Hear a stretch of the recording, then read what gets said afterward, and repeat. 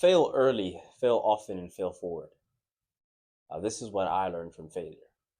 Is whenever I run into a wall, it's letting me know that I need to aim higher for myself. I'm not aiming high enough. I need to demand more of myself. And right now, I'm just shooting too low, especially when the point of friction are not where they're supposed to be.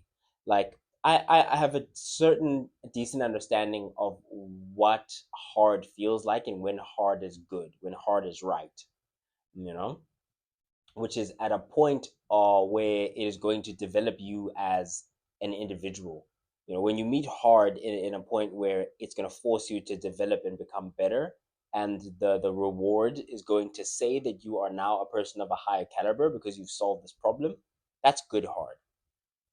The hard that I was running into, and I was specifically talking about in my consultation company, which is Sage Consultation, I was running into the problem of implementation, which is again a problem that I'd run into in my previous company, right? Trained by Sage. And the main issue that I was running into there is I couldn't get people the results because they weren't willing to do what it actually takes in order to change their bodies, right? And right now I'm running into a situation where I'm working with people that aren't willing to do what it takes in order to become profitable and easily so in order to buy back your time. It does take a certain appetite for risk. It does take a certain amount of gusto, and you do need to just pull the trigger before you're ready. Because, and I thought as entrepreneurs they would understand this more, that is, you won't be ready. You weren't ready when you jumped from normal life to entrepreneurship, and you won't be ready to hire your first client. You won't be ready to hire your second one. You won't be ready to hire your first manager. You won't be ready to hire. Do you get what I'm trying to say? And these are things that naturally come with the game. However, back to the point of the video, I did run into that wall, and instead of me retreating back into myself, doubting me, I just realized that, oh, okay, this is the same problem that I'm running into again. And the solution to this problem is I just need to go for a higher caliber of individual. Meaning, if I'd used the expertise, the knowledge that the whatever that I had, the know-how that I had in training, and I was working with athletes, especially professional athletes, then the results were going to be phenomenal because they were going to be actually following the plans. And I know they were going to be phenomenal because of what I was able to achieve through my physique. Because I was willing, like I've said before, and I'll keep on saying, if you told me to eat glass and you'll be successful, I would eat glass. Meaning, whatever it actually takes is what I do. And so that's kind of ingrained in my programming as well. Yes, I do try to be understanding. I do try and give a little bit of leeway. I understand that not everyone's a maniac, and not everyone is starving for greatness and starving for success. But even with that leeway, some people just don't don't have that ability to follow through. They don't have that ability to just show up, to be consistent. So I believe that I'm going to find that at a higher caliber, and I think I don't want to be in the position where I'm having to learn this lesson again, right? Like a third time, or so. I'm right now literally just 10x the price, and I'm going to be looking for killers, specifically, and I'm going to say no to anyone who I don't think is a killer. So I'm literally going to go to owners themselves of larger businesses. Like if you're netting a couple mil or whatever the case is, then like that's a small business, right? But it's a more established business, and I want to take them to the next level. And so hopefully, them being in that position, there'll be someone who is a bit more ruthless and who understands that it is just about sheer numbers and volume and making certain things happen in certain timely manners, right? More so than it is about some sort of mystical thing happening, being ready. There's no such thing. They're just variables, like they're boxes to check, and you either check the boxes or you don't check them. When you've checked those boxes, you will go to the next level of income. You will go to the next level in your business. You will go to the next level in your physique. And so I want to be dealing with those types of individuals, and it's just a game of being patient. I believe being patient in terms of having the conversations with the people, and the people who don't rock with the type of intensity that I'm trying to go at, then that's okay. Because at some point I find there are people out there, like some small businesses are small businesses because they are small inherently. because they have a small-minded person running them. And that's not even an insult. I'm just talking about purely people who are risk averse. That's what I mean by small-minded. Like they don't think big picture. They're not thinking like they're just happy to be here. And if you're just happy to be here, then you're going to live a happy to be here life and get happy to be here results. Whereas again, if you're hungry, if you're starving, then that will show, that will be evident through what you do and through the moves that you make, and how quickly you accelerate through each level of, in this case, business. And so that's what failure in business has taught me thus far. That's the lesson that keeps getting reinforced. Alex Ramosi has the lesson of the woman in the red dress, which is his mistake. Is he constantly goes for the shiny object. He constantly goes for example, he was running gym launch, and then the opportunity came. Like, he constantly goes for the opportunity. The opportunity came up where he thought to himself, man, I'm missing the opportunity to sell supplements through these gyms that I'm actually launching, and that could make me an. And you know what happened? Yes, he did net more money, but the revenue for his first business went down because he'd split his focus. And he just keeps on doing that throughout his life. So now his fight is to is to stay focused as much as possible. And so because I have him, I don't have that problem. Because I already learned from his lessons and from his mistakes.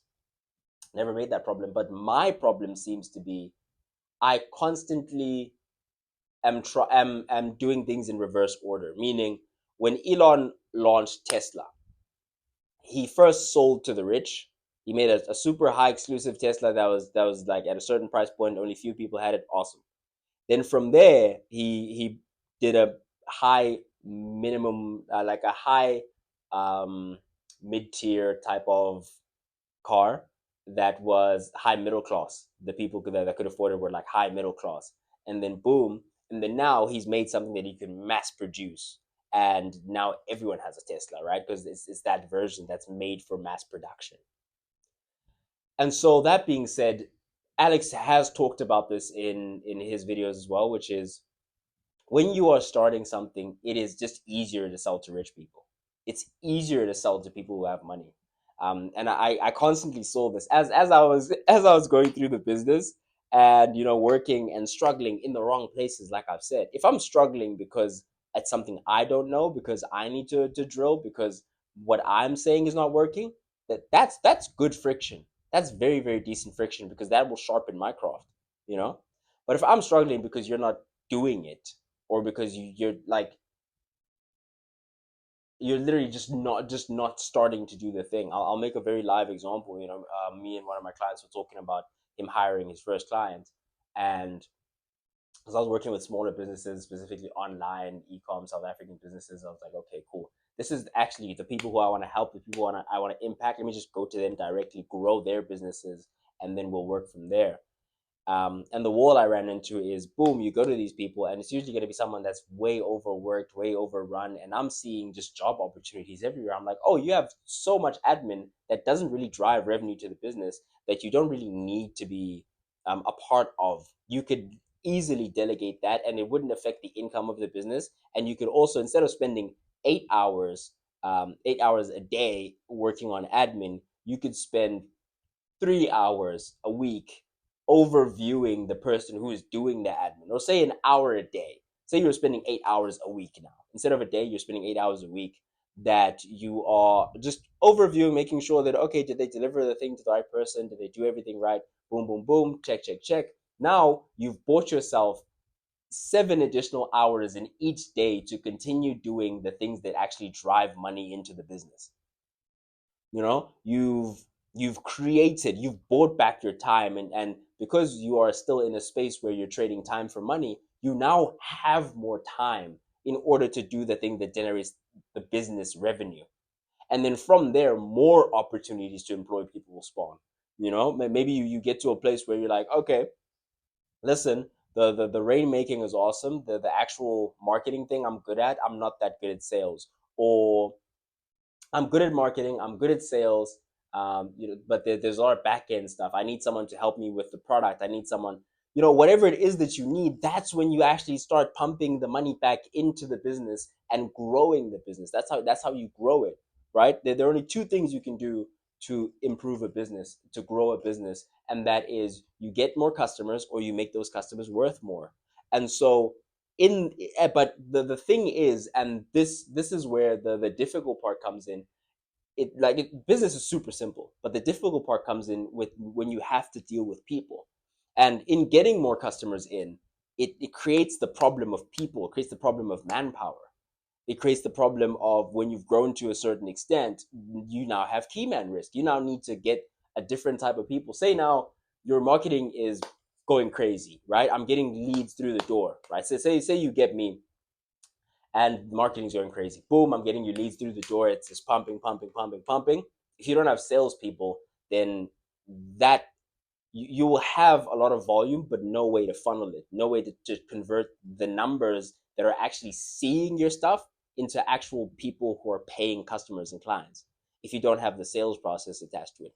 Okay, once you've attached the sales process to it, then it comes down to fulfillment, and then the admin thing becomes a lot bigger, and you might need a bit more manpower on that because there are a lot of numbers and a lot of variables to work with, and then now you might need an accounting to look at where there's not.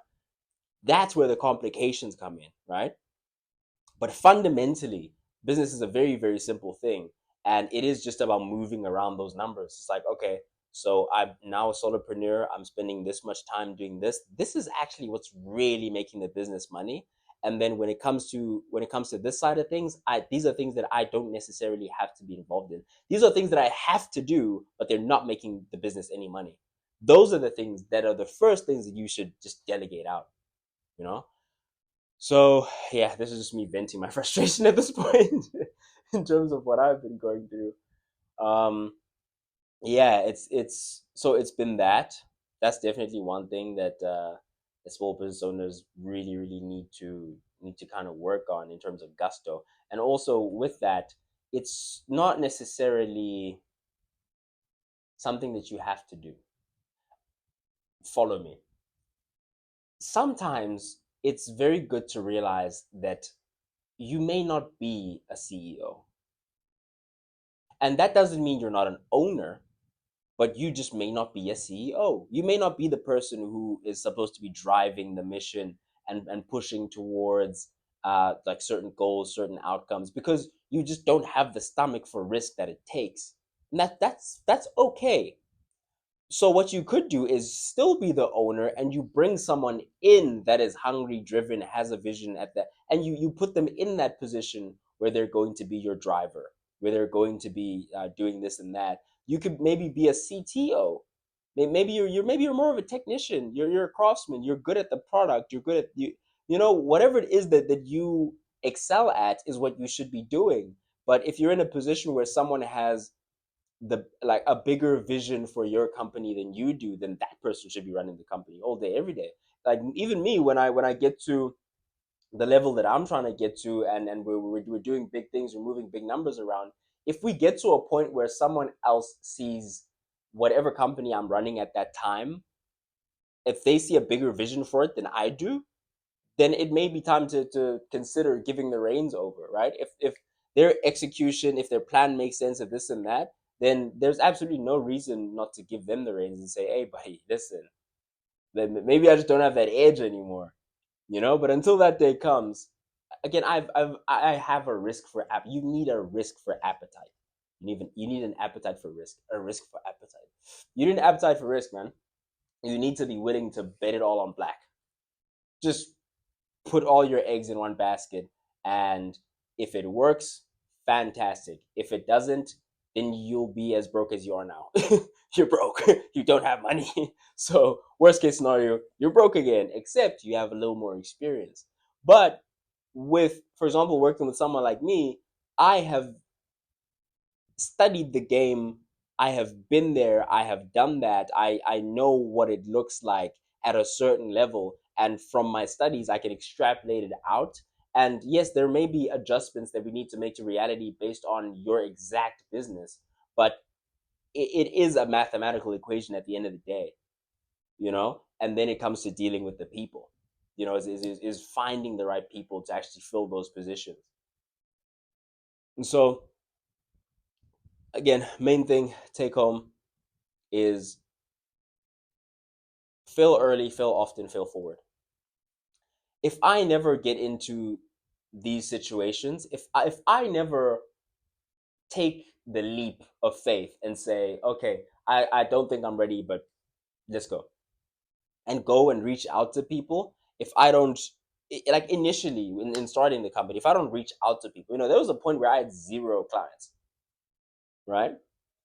Right now, I've probably had over 20, of which some were let go due to just a lack of alignment, that they weren't even doing that little bit that the people who I was able to keep on. So this is in terms of lead flow, people who've actually gone through the business, who have gone through from being leads into being sold on, and then starting the onboarding process. Then during the onboarding process, you might decide, actually, we're not going to be a good fit for you, and that's me to the T.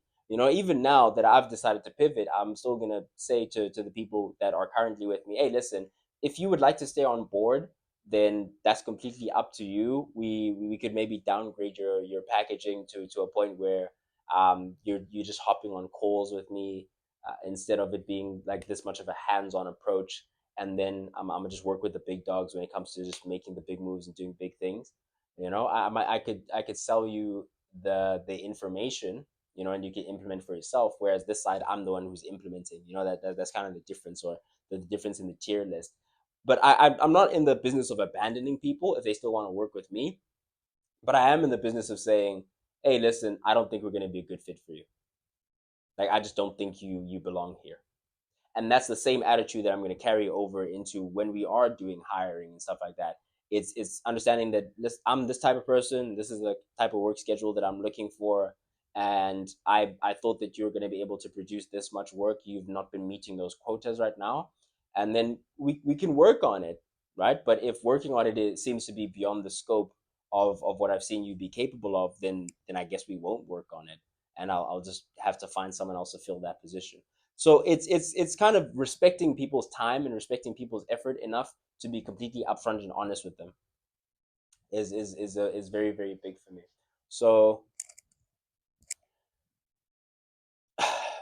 again, very big thing.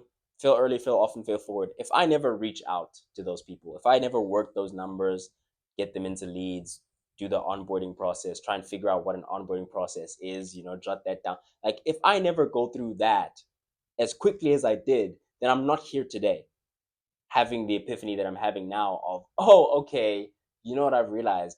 I'm actually just running in circles, in the sense that I left that business because of a lack of implementation, and also it wasn't a high leverage enough business for me. Like, I realized that there were just higher leverage opportunities out there that I'm capable of executing in. And so I went into those spaces just to run back into the initial problem. So the industry itself wasn't the problem. Like I said, if I'd gone to higher caliber athletes, or anytime I did train with people who I was playing with at the time, or those types of people, they saw insane results, and they really, really enjoyed how hard I pushed them in this and that, because they valued it. And they, oh, in my mind, because they valued it, because they knew, or because their livelihood was attached to it. Like, they are athletes, so they kind of need it. So now, when I've shifted to business, I thought that people, because people's livelihoods depend on them executing, I thought they would just automatically be like, man, my life actually depends on this, and they would push harder. But then it's just realizing that it's just a certain caliber of individual, and it's a sequencing issue, which is funny because I always talk to my clients about sequencing, and then here I am guilty of getting sequencing wrong myself. Which is, again, you start there, and then from there you can make a lower tier, a lower, like, version of what you do. For example, if here I'm literally being the marketing and sales, here I may just give you information on marketing and sales, and then on the last tier you could maybe just call in, and maybe not me, maybe one of my consultants will talk to you about. Do you see what I'm saying? But it starts from there. First, you have to be there, you have to be involved, all that. But I was there and involved with the people on this tier, the people who can't really, or who are not really on the level where they could execute this type of stuff. So Yeah, fail early, fail often, fail forward, meaning get into those situations as quickly as possible, work through it as quickly as possible, like as in get in, like do the thing, like rip the band-aid, go, cold email, cold DM, just execute so that we know what works and what doesn't. For example, I know what works and what doesn't. I know that okay, so my marketing things actually do work. Oh, okay, so I am actually getting people more sales. Oh, so the things I'm saying within the conversations that I was having, I was saying things ahead of time. I was like, oh no, this is the play and this is how you do it. And then they would not do it, not do it, not do it. When they finally do it, then it happens exactly the way that I thought it was. Or they're hesitant to do it. And then I ask myself, okay, am I misinforming right now? I go to look it up, and for example, like my mentor hero, Alex Ramosi, or I go to a Patrick Bet video, or just another like crazy eye successful CEO, and I look at the way that they talk about that process, and it's exactly like word for word the way that I laid it out. Then I'm like, oh, okay, so I am as good as I think I am. So what's the problem? Yeah. So for me, it's really again, I've been here before. I've run into this problem before. I don't want to learn it again. But the reason why I learned it this quickly, even though I'm in a different industry, it took me a long time to learn it in that industry, damn near a whole year. Here, because I've been there before and I'm kind of recognizing the patterns, but also because I'm much more aggressive with my action, right? It's patiently aggressive, patient with results, aggressive with inputs. And so be patiently aggressive, uh, put as much in as possible so that you can know what works, what doesn't. And then from there you can make your big decisions. You know? Yeah, that's what I've learned from this. You can call it a failure. You can call it a failed experiment, but it's a learning more so. But I'm gonna put failure in the thumbnail because I think people will respond more to just the idea of losses because it is in a sense a loss, but it's a lesson more than you get what I'm trying to say. It's painful. It is a painful lesson, but that's what good lessons are. Good lessons come with a bit of pain so that you'll remember them. They have to come with that sting. And if you don't pay attention to them now, then they'll sting you harder later. And so that's why you have to just at this low level, bro. Now that you've just started and you're just getting off the ground, fail as often as possible because you're gonna need these learnings when you get to where you're trying to get to. You know. So yeah. Thanks for watching. Actually turned more into me just venting about what's going on in my business, my life. Hopefully some of you guys appreciate it. Hopefully some of you guys are like at least interested in the world of business entrepreneurship, and even as someone who's just interested in self development in any sort of way, even within employment, you may be an entrepreneur, which is just you're an employee that is working your way up the ladder. You know, you're going from working at the bottom floor to being in some sort of high position. I think you can also appreciate the idea of I don't know if this is going to work. I have a very good idea that it may work, but then what would it take? And sometimes you cost out at what would it take. Oh, it would just take me being very aggressive. Boom, I was very aggressive. I did get the numbers. I did get a huge base of clients. So I have a bunch of different people in very different industries. So I understood very well that okay, it isn't an industry issue and it isn't a me issue because whenever they do the things that I tell them to do, things happen very quickly. However, they are inconsistent by nature. And that's why what I mean by small businesses being run by small mind is not the word that I would use in retrospect, but small businesses are typically small because the owner is inconsistent. You know what I'm saying? Like if you just show up at a certain level consistently enough, then things grow. That's just how life works. You know, so some small businesses, especially businesses that have been around for a while, they're small because their owner has certain limiting beliefs, this, that, and the third. And so don't let that be you. Fail early, fail often, fail forward. Try things. If they fail, try again, and then try again.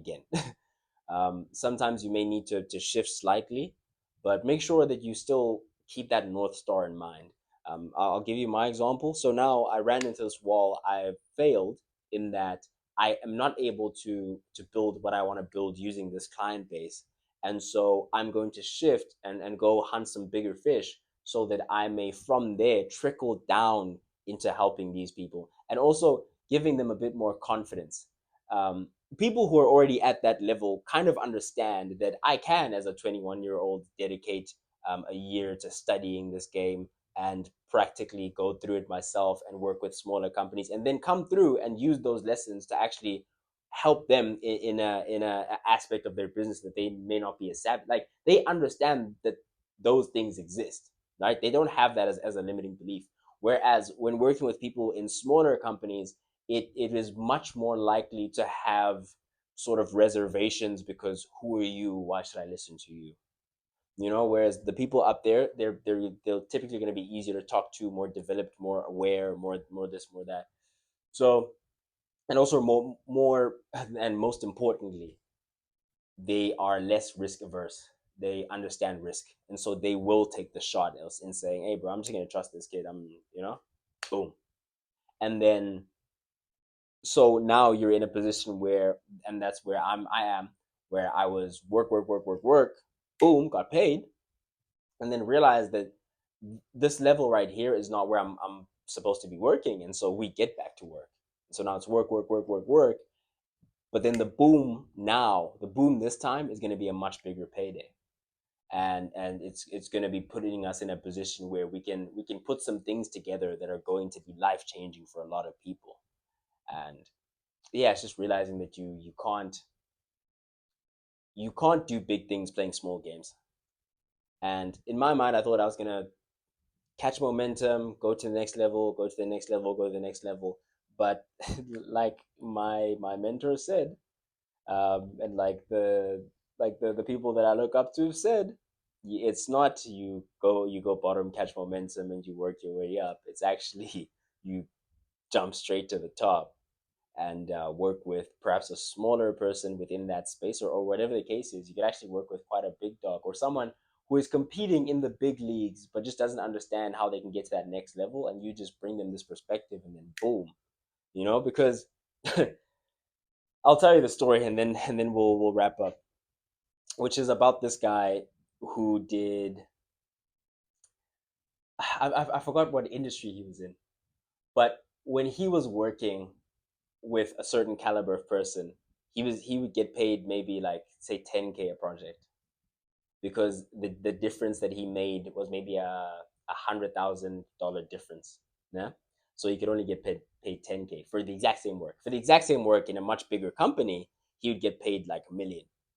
He could make them literally like say 10, 20 million by doing the exact same amount of work, and then he gets paid 1 million. But he's getting paid that much because the dollar difference in the amount of difference that he can make is significantly more for this company than it is for this one. However, it's the same work for him.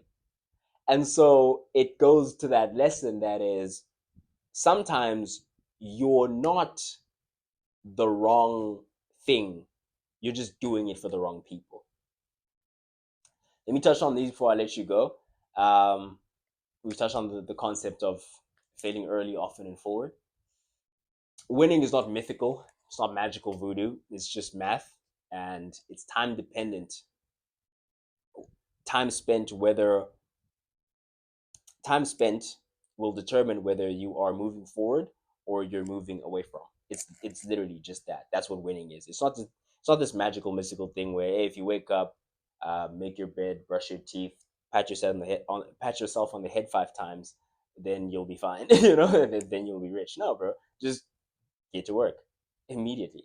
And the more you work, the better you'll get at the thing. The better you get at the thing, the more you're able to work within that same amount of time. It's that time work volume equation, which is basically work, right, is equal to output. And so that output is equal to input multiplied by volume. And so the more volume you do, the bigger the output is going to be. And the more work you do, the better you're going to be at doing the inputs that lead, or that turns into the volume. And so the more you do it, the better you get at doing it. And the more you do better, the bigger the outcome is going to be. Anyway, it's one thing to be hungry, but it's another thing when you're starving for greatness and starving for success. If you know what it's like to starve, then you'll never be full. And I told myself this year that I'm going to bring it all together and dominate. That's just a note to self. I don't know why I put that up publicly.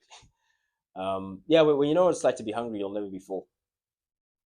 And so, within this, again, we're using this word failure, and it scares some people.